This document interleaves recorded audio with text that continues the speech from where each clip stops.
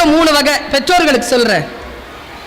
ஒரு வகை புத்திசாலி, நல்ல மார்க் வாங்குங்க, அடியே வாங்காது, ஃபர்ஸ்ட் கிளாஸா படிக்கும். 2வது வகை ஒண்ணு இருக்கு, அது திறமைசாலி, அதுவும் அடி வாங்காது, என்ன மாதிரி பாடம் ஆடும் பேசும், பாஸ் பண்ணிடும், அவமானப்படாது. 3வது வகைன்னு ஒண்ணு இருக்குது, புலி மூட்டைன்னு பேரு.